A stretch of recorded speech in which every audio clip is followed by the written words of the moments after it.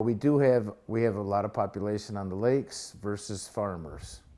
Farmers been taking a lot of heat. The lake people are predominantly retired.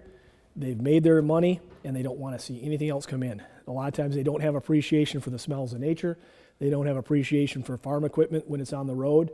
And dear Lord, they don't want anything to change the environment.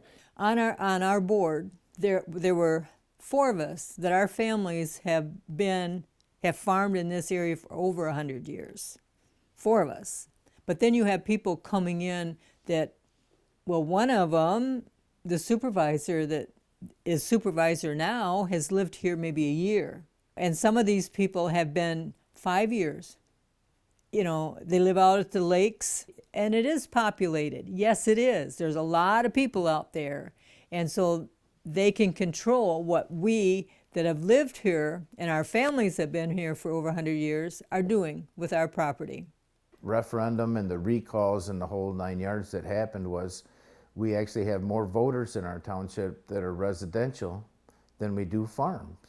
You know, and I think across the country, the farmers only make up like 2% of the population. Well, here it's becoming the same way.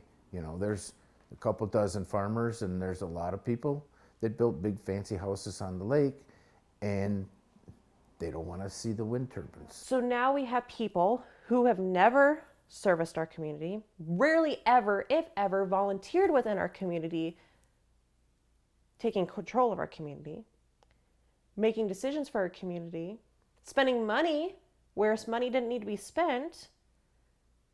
There's one representative on our township board and our planning commission that has got an ag background.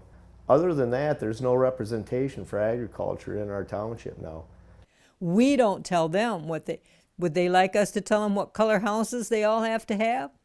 Even if you write these setbacks that there wouldn't be anything within a mile of the lakes, they still don't, when they drive up from Chicago or Detroit, they don't want to see them as they drive by.